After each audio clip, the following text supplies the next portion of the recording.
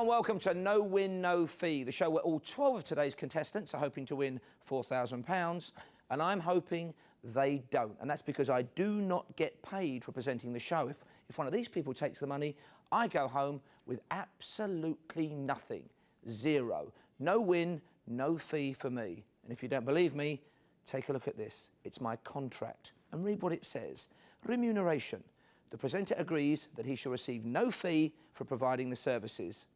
In fact, the only way I make anything at all is if these people fail to take the money. Then I go home with £4,000. So, let's meet the people who stand between me and my fee today. Patricia, Jeff, Darren, Sarah, Jason, Michelle, Paddy, Stan, Mark, Jerry, Catty and Mole. Sounds like an episode of Tales from the Riverbank, doesn't it, with Catty and Mole? Anyway, these people are virtually strangers to each other. They met very briefly before the programme. All they really know are those names. And this is a game of assumption and presumption, as I'm going to ask you to choose an opponent you think will get a question wrong.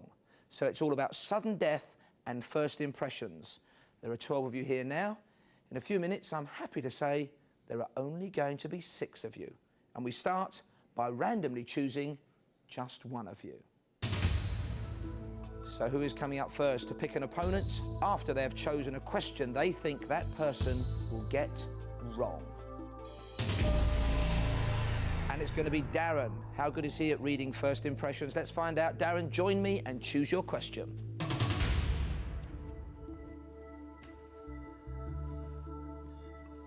Here we go, Darren, a choice of 2, top or bottom. You've got to think of one that somebody here is going to get wrong. And you've not had much time to chat to anyone, have you? That'll be a no then. No, I haven't. The top one. The top question. Sudden death. If you've chosen incorrectly, Darren, you're going to be out. Read their reactions, study their faces as they hear this question. Which organisation has the motto, fidelity, bravery and integrity? Patricia's looking very, very stony-faced at that one. Jerry's looking thoughtful. Could be a bluff, though. Who do you want to call up to get that one wrong, Darren, to help you stay in the game? I'll call Sarah. So, Sarah, he thinks you're going to get this wrong. Come on up and prove him wrong.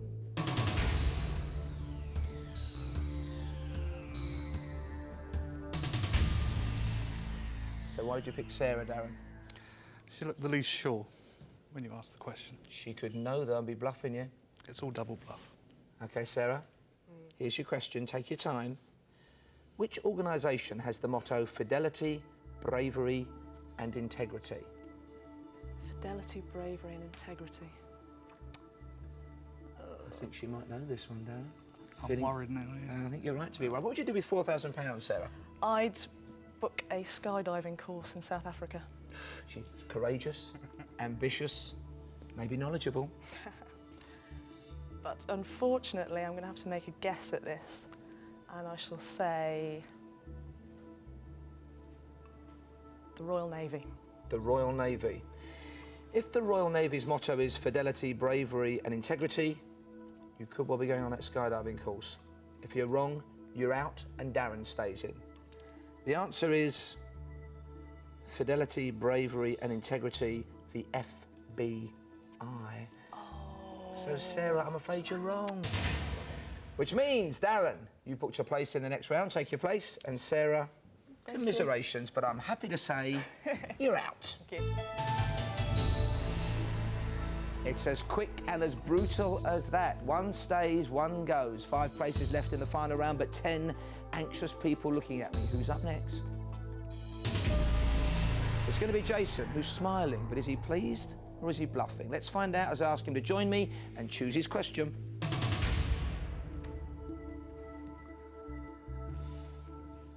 There you go, choice of 2, top or bottom. A question somebody here is going to get wrong. Now, Darren picked well, and then he selected the right opponent because she got it wrong. Which question do you want? Top one. The top question. Study their faces. £4,000 at stake on these. Who is the editor of the magazine Private Eye? Michelle's very poker-faced on this one. Stan looks almost happy. Who's it going to be? Jerry. Oh dear, Jerry. He thinks you're going to fail at this one and get him into the next round. Join us and face your question.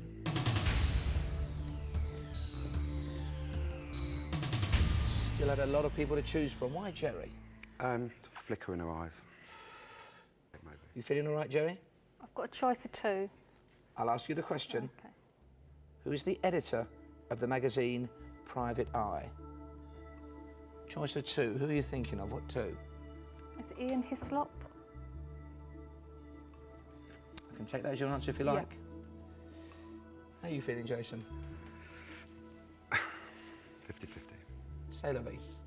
OK, if the answer is Ian Hislop, Jerry, you're through to the next round.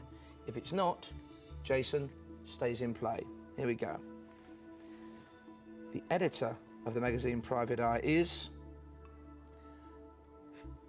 from the panel of Have I Got News For You, Jimmy Somerville lookalike Ian Hislop. Jerry, you're right. So, Jerry, take your place for the next round. And Jason, that's the name of the game, and I'm happy to say you're out. Only 4 places left, a lot at stake. My £4,000. Who's coming up next to choose a question? And it's going to be Patricia. She doesn't look overjoyed at that. Let's find out how she's really feeling. Patricia, join me and choose your question.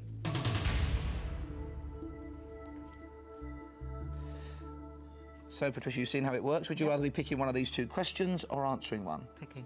OK, you've got your wish then. Top or bottom? Which one is somebody going to get wrong? Bottom. The bottom question. Here it comes. Study all their reactions. Take your time. Which country presented America with the Statue of Liberty in 1886? Bit of history, but it's all about first impressions, Patricia. Have you made your mind up? Yep. Who's it going to be? Michelle. So, Michelle, she thinks you're going to get this one wrong. Join us and face your question.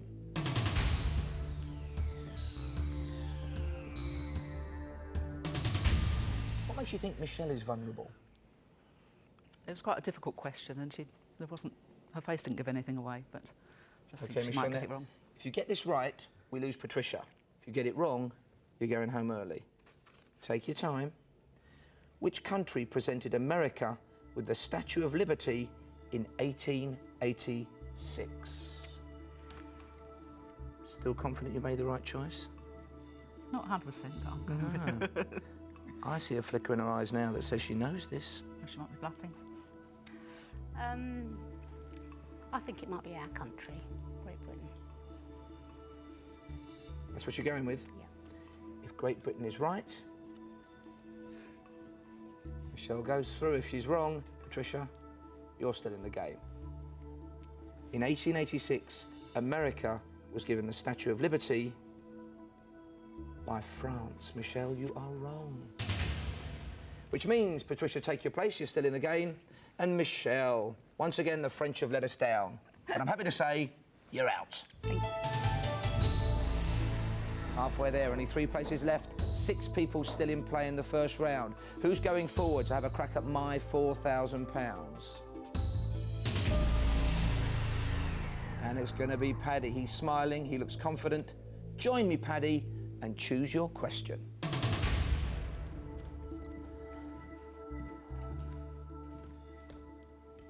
Feeling a bit tense? Yeah. Couple of questions for you. Which one do you fancy, top or bottom? Bottom. The bottom question. Study their reactions. Here's the question that Paddy thinks one of you lot's going to get wrong. Which British comedian's real name is Paul Martin? Mole looks thoughtful. Cat is difficult to read. Who's going to get that wrong, Paddy? I think it might be Catty. So, Catty, he thinks you're going to fail at this. Join me and face your question.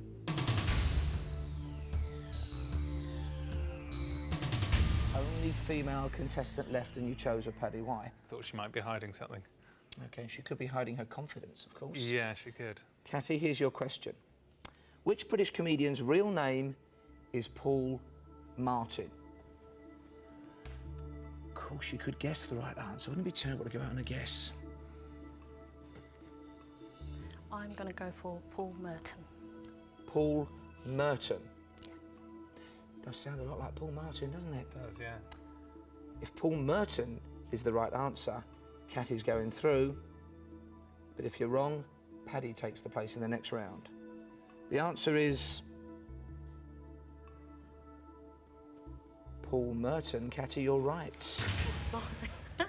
And relieved, which means, Catty, you are through to the next round. And Paddy, I'm happy to say, you're out. So there you have it, sudden death. It can be as quick as that. So who's up next? Who's looking towards the heavens? They won't help you, Mark. Join me and choose your question. So, Mark, 2 questions. Which one is somebody here going to get wrong, top or bottom? Could cost you £4,000 if you make the wrong choice. No pressure. Bottom.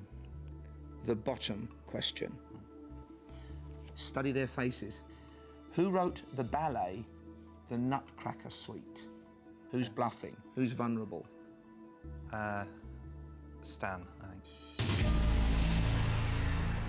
Stan, he's got the fingers on his good hand crossed. You're going to get this wrong. Join us and face your question.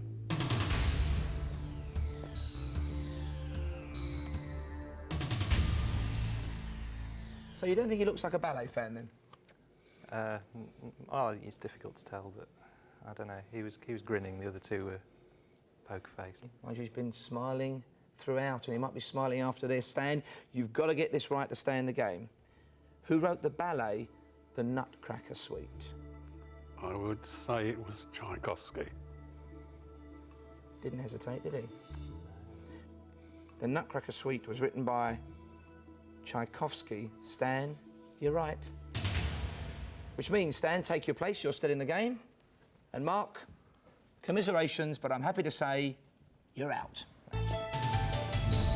So just 2 contestants left, Jeff and Mole. Mole and Jeff. But who's picking a question and who's answering a question?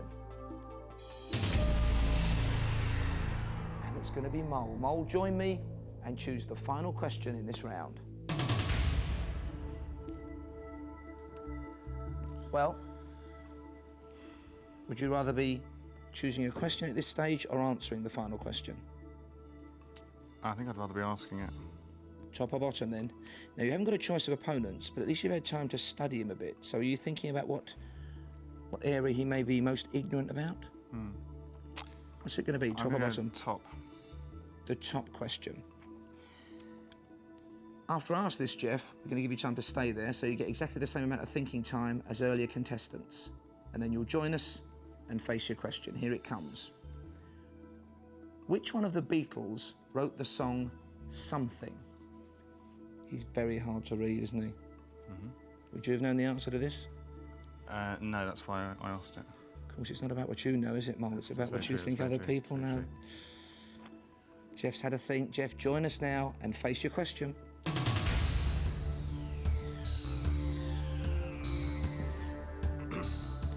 OK, Jeff.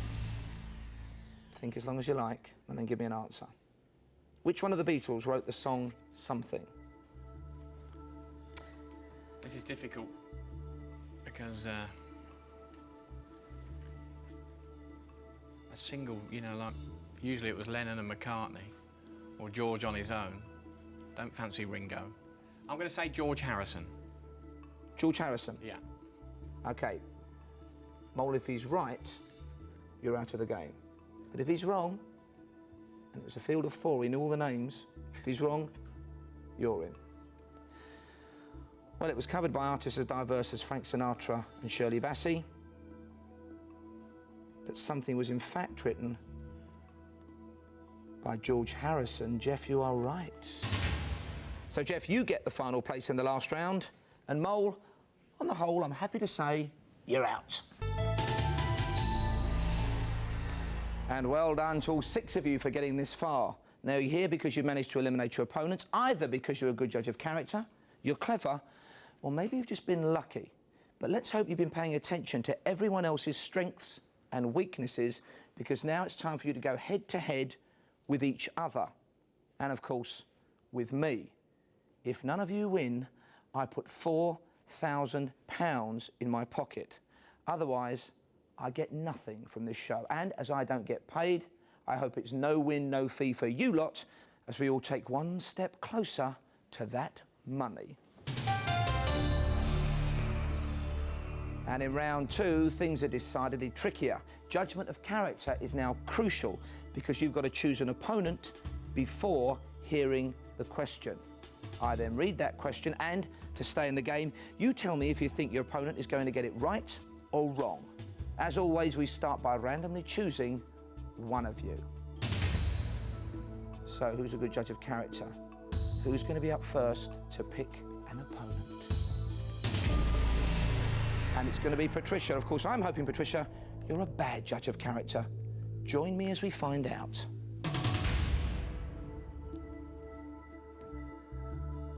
You were a good judge of character in the first round. Very different now, though. No question. Just look at those faces. You pick an opponent, I read them a question, you tell me whether they're going to get the answer right or wrong. Who's it going to be? Stan. Stan, come and face your question.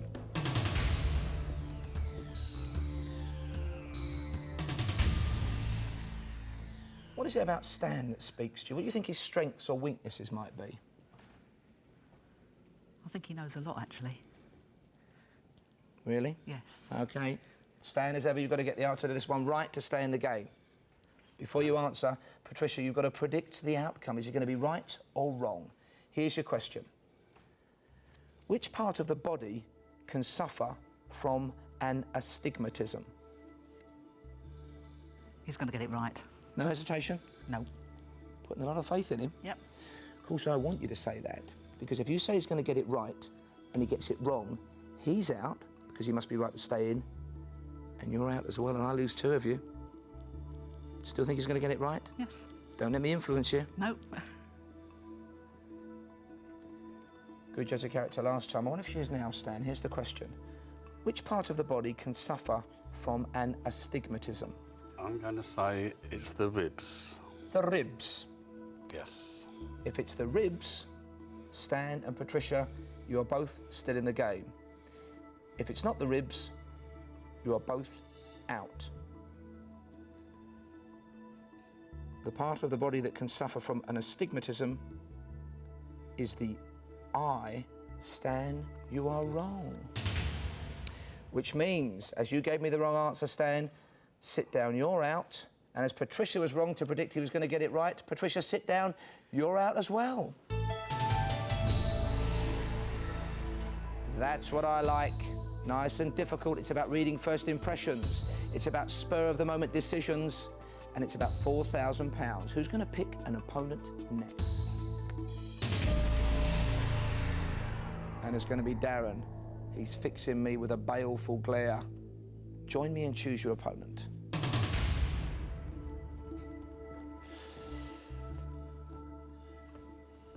You're smiling because you were a good judge of character the last time, weren't you? Yeah, I'm hoping to be as good again, yeah. Far fewer people to choose from. Look, who can you read? Jerry. OK, Jerry, he thinks he can read you like an open book. Join us and face your question. Why did you go for Jerry? I think of the 3, I'd have more success in reading Jerry. Right, nice mobile face. Very honest, very pretty. Expressive. She could be a terrible bluffer. I mean terrible in that she could be a frighteningly good bluffer, though, couldn't she? She could, yeah.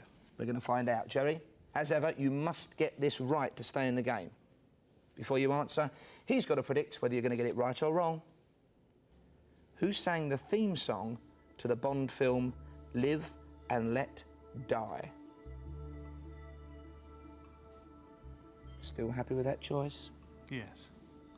So what's that face saying to you? It's saying, I don't know, but I'm going to pretend I do. She's going to get it right or wrong? She's going to get it wrong. Wrong. Jerry, you've got to get this right to stay in the game. Who sang the theme song to the Bond film Live and Let Die? Paul McCartney. Jerry, if you're right, then Darren is out of the game.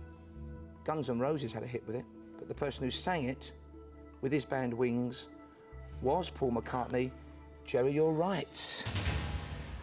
Which means, Jerry, you are still in the game, and Darren, I'm delighted to say, sit down, you're out. Only 3 people left. 4, actually, because you've got to include me. I'm in the running for that £4,000. Who's up to pick an opponent next? And it's going to be Jerry, who's just dispatched Darren for me. Jerry, join us and choose an opponent.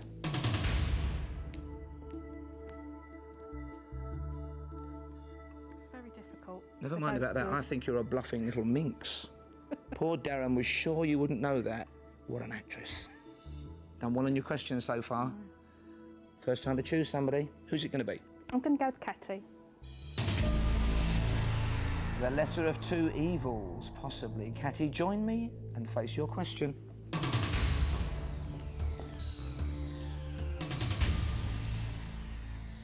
So, Jerry, why Catty? Well, out of the 2 contestants left, she's the youngest, so I wasn't quite sure whether she might or she might not know any answers. Well, she only needs to know the answer to this question. Catty, you must get this right to stay in the game. A lot of money at stake. Here it comes. Who created the sculpture Mother and Child Divided?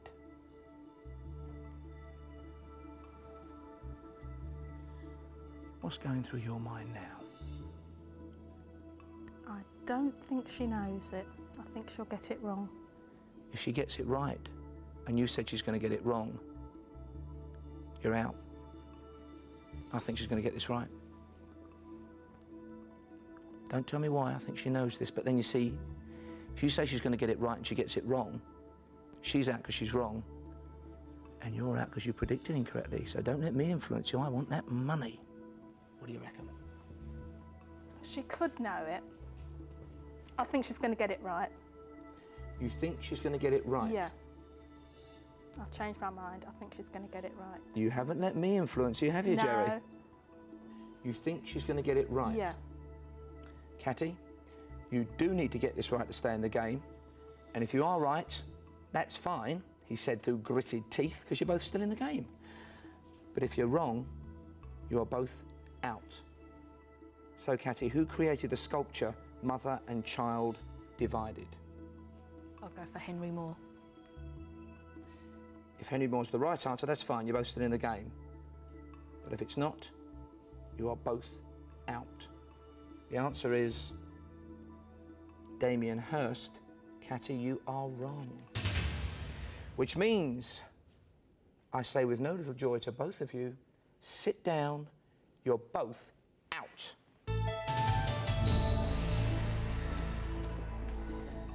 And Jeff, you're the last man standing. That leaves just you, but you still need to earn my £4,000. Would you please join me?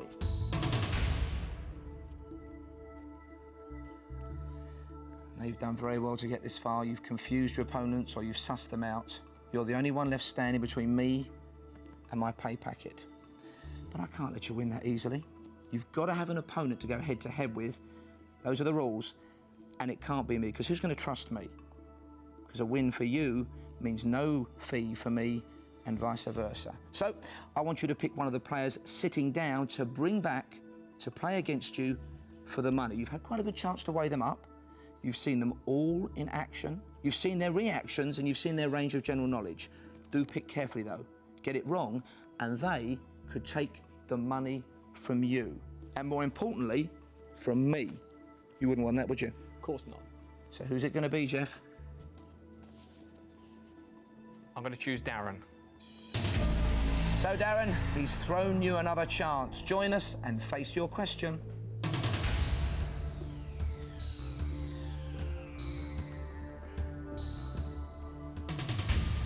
Five to choose from. Why him? I'm just hoping I could read his face. OK. Study it closely because it is simple. I'm going to read Darren a question. Before he answers, you tell me whether he's going to get it right or wrong, and one of us three is going to get £4,000. Here we go. What is the capital of Kuwait?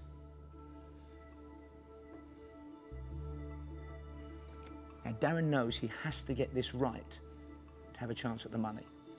All you've got to do is tell me whether he's going to get it right or wrong. What are your thoughts so far? Mixed.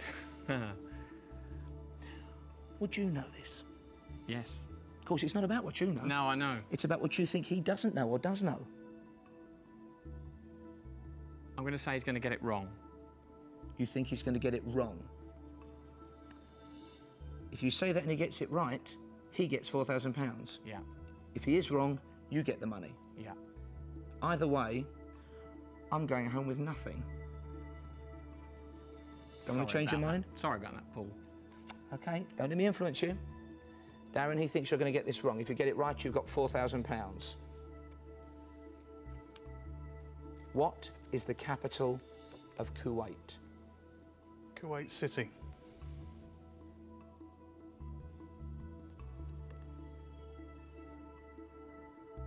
For £4,000, that's the right answer. Oh. Well done, Dan. Which means, Jeff, you almost made it, but no prize for second place. Sit down, Jeff. I'm happy to say you're out.